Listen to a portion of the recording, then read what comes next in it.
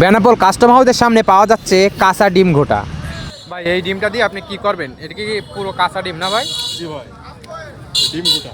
ডিম ঘোটা। জি ভাই, এই ডিম দিয়ে। এর মধ্যে কি কি দেবেন আপনি? এর দিয়ে এর ভেতরে চিনি আছে, মধু আছে। ভাই মধু কি দেবো? চিনি দেবো? চিনি দেবেন, মধু দেবেন এর সাথে। জোরে বলেন। শোন ভাই, মধু দেবো? যেটা দেন সেটা দেন, আমি তো জানি না ভাই।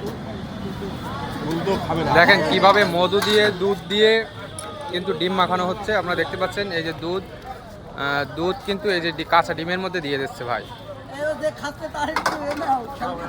দেখছেন খুব সুন্দর, কিন্তু এই যাদের শারীরিক দুর্বল তারা কিন্তু এভাবে খেলে খুব পুষ্টি পাবেন।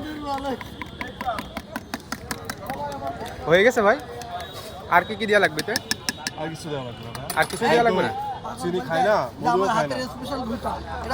কি ভাই? তার হাতের স্পেশাল ঘুটা। এই যে রেডি হয়ে গেল, এই যে নিয়ে চলে যাচ্ছে।